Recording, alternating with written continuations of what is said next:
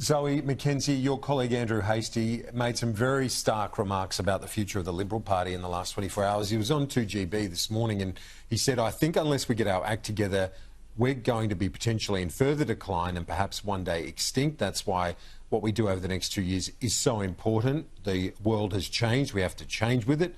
People are frustrated about rising energy. People are struggling to get into a house.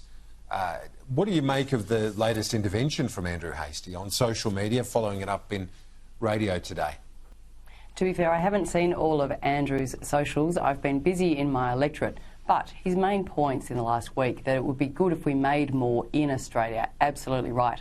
To do so, we need affordable and abundant energy, and that's what we are working towards. Dan Tian's recently been in the United States looking at microreactors and small modular reactors. I've been in Denmark looking at the wind power industry there because it's planned to have a renewable energy terminal by the Victorian government in my electorate. So we're all out there doing what we should be, which is investigating the options, understanding the choices, but more importantly, understanding what that will mean for the average Australian in terms of their electricity bill.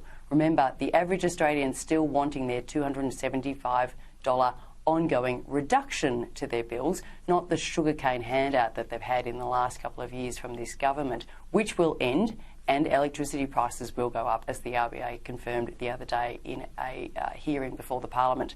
So Andrew is hungry for us to have propositions on the table and for us to be competitive at the next election, and we all are. We do recognise we had a bad result at the last election, but let's be mindful.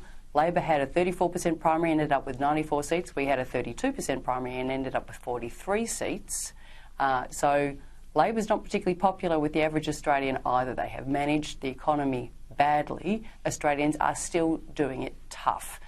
But we must put a more compelling platform together, and I encourage my colleagues to think widely, to investigate like I am, and to think about how we reach those Australians who didn't vote for us at the last election.